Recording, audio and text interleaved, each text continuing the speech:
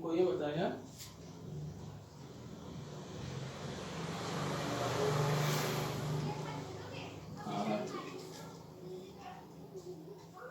Archimedes principal, Archimedes principal. मैं इसको लिख लेता हूँ।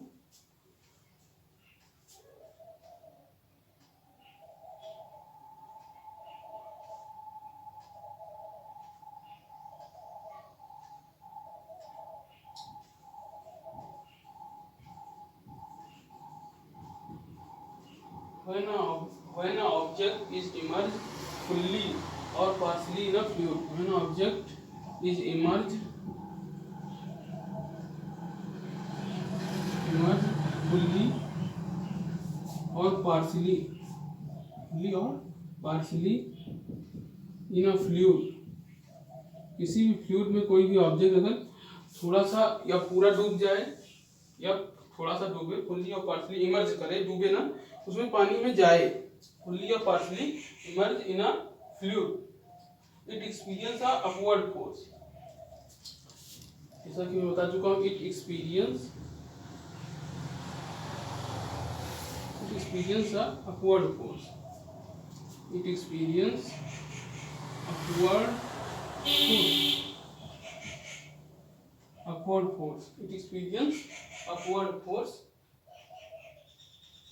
that equal to the weight of the fluid displaced by it. That force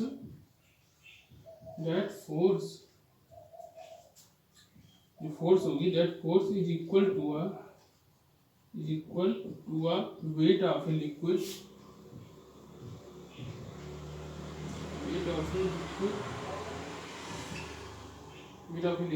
displaced by it. आप इस चीज को समझना चाह रहे हैं तो ऐसे समझिए कि ये मान लीजिए इसमें हमने पानी बिल्कुल लबालब भर रखा है, बिल्कुल लबालब, बिल्कुल यहाँ तक पानी भर रखा है, ऐसे समझ रहे हैं, बिल्कुल लबालब। क्या बताएं आपसे, बिल्कुल समझिए ऐसा है कि अगर आप कुछ भी तिनका भी इसमें डालेंगे तो पानी बाहर निकलने लगेगा, इतना बड़ा है। तो इसमें हमने एक इतना बड़ा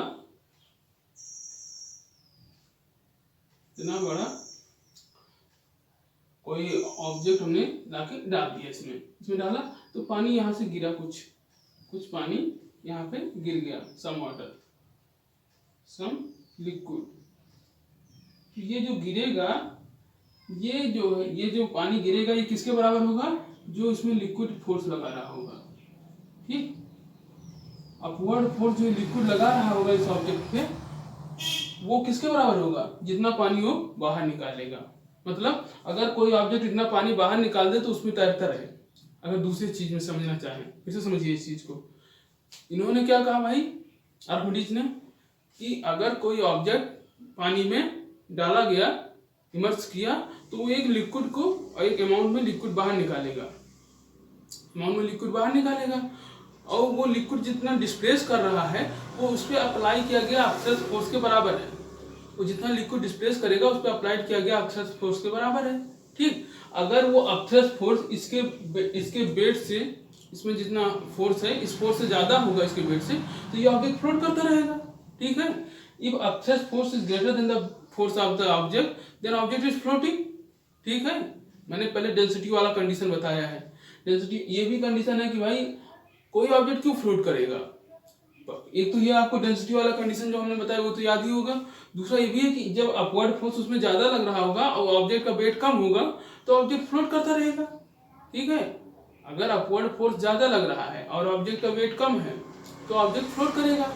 तो जो कोई ऑब्जेक्ट हम पानी में डालें तो वो एक अमाउंट में लिक्विड डिस्प्लेस करेगा। आप खुद देखिए, आप अपने हाथ ऐसे रखिए, पानी से छिटक जा रहा है, तो ये पानी कितना छिटक रहा है? जितना आपके लिक्विड आपके हाथ पे जितना फोर्स लगा रहा है, जो फोर्स आपके हाथ पे लग रहा है अपवर्ड फोर्स, उतना ही पानी छिटकेगा, अलग होगा। तो इसका क्या दो मतलब निकला। दूसरा मतलब समझिए, पहला मतलब यह है कि भाई अगर कोई ऑब्जेक्ट फ्लोट कर रहा है तो वो क्यों कर रहा है फ्लोट? क्योंकि उतने उसका जो अपवर्ड फोर्स है, अपथ्रस्ट फोर्स है उस पर लग रहा है, वो उस ऑब्जेक्ट के वेट से ज्यादा लग रहा है, नंबर वन। दूसरा पॉइंट सोचिए, कि ये ऑब्जेक्ट फ्लोट कर रहा है तो इसने जितना पानी बाहर किया है वो अपवर्ड फोर्स के बराबर है। तो ये पानी जितना नीचे गिराएगा वो इसके अपवर्ड फोर्स से बराबर होगा। ठीक है, तो मतलब अगर ये पानी क्या डिसाइड कर रहा है कि ये ऑब्जेक्ट ये ऑब्जेक्ट जो है जिसपे फ्लोट करेगा कि नहीं करेगा। क्यों? क्योंकि ये अपवर्ड फोर्स को डिसाइड करता है। तो कोई भी ऑब्जेक्ट अगर पानी में फ्लोट करेगा कि नहीं करेगा ये किस पे डिसाइड हो रहा है कि कितना पानी को डिस्पर्स किया है, कितने पानी को अपने से बाहर किया है, मतलब कितना पानी को उसने हटाया है। कोई ऑब्जेक्ट फ्लोट करेगा कि नहीं करेगा किस पे निर्भर कर रहा है कि कितना वाटर उसने हटाया है। याद रख दीजिए, बहुत ही इंपॉर्टेंट है। फिर से एक बार बताते हैं, क्या है ये ऑब्जेक्ट है ये।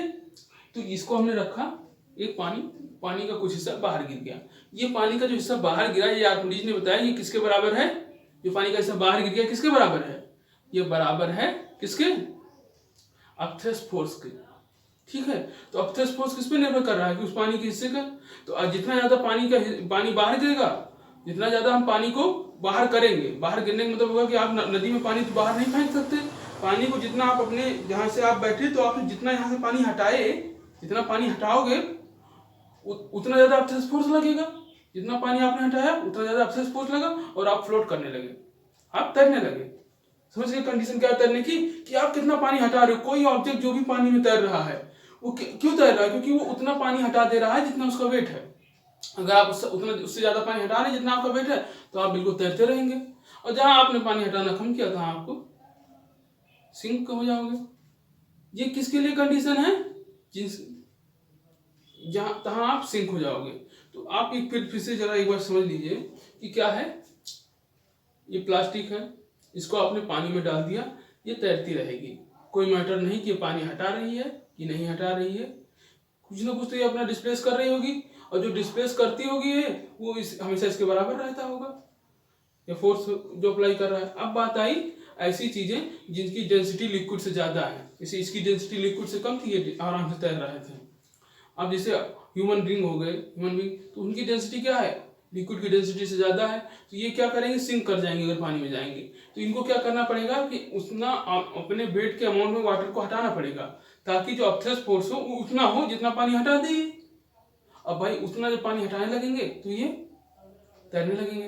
इसका मतलब ये तैरने वाला जो हम पानी हटाने वाला कंडीशन बता रहे हैं किस पे निर्भर कर रहा है? जो चीजें डूब नहीं रही हैं, सॉरी जो चीजें डूब जा रही हैं वो उनके लिए प्रोसेस है। जो जैसे हमने बोट बना दिया, सबमरीन बना दिया, सब चीजें बना दी है, तो वो क्या है? उसमें तैर रही है। क्यों तैर रही है? क्योंकि उतना अमाउंट में वाटर डिस्पर्स कर रही है। ठीक है। तो और इसका क्या है प्रिंसिपल, क्या आर्किमिडीज का प्रिंसिपल आपने पढ़ लिया। और एप्लीकेशन क्या है इसका? एप्लीकेशन देख लीजिए, पूछा जाता है एप्लीकेशन ऑफ आर्किमिडीज प्रिंसिपल। ठीक, पहला इसका प्रिंसिपल है ये इलेक्ट्रोमीटर बनाते, इससे हम इलेक्ट्रोमीटर डिजाइन की बनाते हैं। इसी प्रिंसिपल यूज करके हमने इलेक्ट्रोमीटर बनाया है। इलेक्ट्रोमीटर क्या करता है? ये मिल्क की प्योरिटी को जज करता है। ये कंपटीशन में पूछा जा चुका है question. Check purity of milk, ये हो गया इलेक्ट्रोमीटर। दूसरा क्या है इसका एप्लीकेशन? हाइड्रोमीटर बनाते हैं इससे। हाइड्रोमीटर ये किस लिए यूज होता है? It use to find the density of liquid. It use to find density of a liquid. ठीक, ये डेंसिटी फाइंड करता है। चलिए और आगे, और इससे हम रिलेटिव डेंसिटी निकालते हैं। ठीक है, तो ये फ्लोटिंग रेटिंग का अब आपको ज्यादा से ज्यादा समझ में आ गया होगा। जो भी मैंने बोला उसको आप लिख लीजिए, पॉज करके पीछे जाइए, अपना सेंटेंस बनाइए, अपने शब्दों में लिखिए चीजों को, क्योंकि मेरे शब्द आपको याद नहीं करेंगे, ये आपको रटना पड़ेगा। लेकिन अगर आप अपने शब्द में लिखोगे वो आपको याद हो जाएगा। एक बात मेरी हमेशा ध्यान रखना, जैसा कि आपने जब ये टॉपिक पढ़ा है तो इसमें क्या लगता है एक कि जो बायोन्सी ने बताया कि भाई अपथ्रस्ट है, उसी को थोड़ा सा आर्किमिडीज ने बता दिया, थोड़ा सा एक स्टेप आगे। क्या ये चीज बायोन्सी सोच नहीं पा रहे थे? हो सकता है बायोन्सी ने उतने पर रुक गए होंगे, बायोन्सी को उतने पर संतुष्टि आ गई होगी। लेकिन आर्किमिडीज जो है उससे थोड़ा सा आगे गए। इसीलिए कहते हैं कि लाइफ में और आगे हमेशा जाते रहना चाहिए, कुछ ना कुछ आपको करते रहना चाहिए, क्योंकि कोई भी अभी भी हम कुछ ना कुछ रिसर्च चल ही रही होगी। क्या हुआ होगा, जैसे सोचिए आप, जो पहली बार किसी ने कहा होगा कि आप हवा में उड़ सकते हैं एक लोहे से बने उस पर बैठ के अंदर, किसी ने यकीन ही नहीं किया होगा कि हम ऐसा कुछ लोहा से बना हुआ है जिसको एरोप्लेन कहेंगे, जिसमें लोग उड़ेंगे। लोगों ने उसको चूतिया समझा होगा, मूर्ख है ये तो, लेकिन हुआ तब जाके यकीन हुए लोगों को। तो इसीलिए क्या है, शुरू में आपको लोग मूर्ख समझेंगे और आपको उस पर फोकस नहीं करना है। ये लास्ट टॉपिक एनसीईआरटी में क्या है, relative density. Relative density, relative density का कोई यूनिट नहीं होता है, रिलेटिव डेंसिटी की कोई यूनिट नहीं होती है। ठीक, रिलेटिव डेंसिटी क्या होती है कि कोई आप इसमें किसी भी सब्सटेंस की डेंसिटी रिलेटिव वाटर के रिलेटिव निकालते हैं। तो density of a substance, density of a substance, कोई भी substance upon density of water, density of water. ठीक, it have no unit, it have no unit. ठीक, इसमें हम अभी न्यूमेरिकल करेंगे, आपको जो न्यूमेरिकल मिलेगा इस पे एक न्यूमेरिकल एनसीईआरटी में दिया है, उसको भी सॉल्व करेंगे। स्वागत है आपका हमारे चैनल पर। इस चैनल पर हम 9th क्लास से लेकर 12th क्लास तक के सभी सब्जेक्ट पढ़ाएंगे और एनसीईआरटी को फॉलो करेंगे। ये जो पढ़ा रहे हैं हम, इसको जो बच्चे 9th से 12th क्लास में हैं, ये इनके लिए प्रॉफिटेबल है। और जो बच्चे कॉम्पिटिटिव एग्जाम की तैयारी कर रहे हैं, कंपटीशन में बैठने वाले हैं, चाहे वो नीट देना चाहते हो या ये एयरफोर्स, नेवी, एनडीए या कोई भी कॉम्पिटिटिव एग्जाम देना चाहते हो जिसमें साइंस पोर्शन आता है, तो उनके लिए सबसे ज़्यादा प्रॉफिटेबल है। क्योंकि आप 1 लाख क्वेश्चन चाहे सॉल्व कर लो, लेकिन जब तक आप ये नहीं पढ़ोगे कि ये क्वेश्चन बना कैसे है, तब तक आपके लिए वो चीज़ प्रॉफिटेबल नहीं होगा। इसमें हम यही आपको सिखाएंगे क्वेश्चन बनता कैसे है। ठीक, थैंक यू।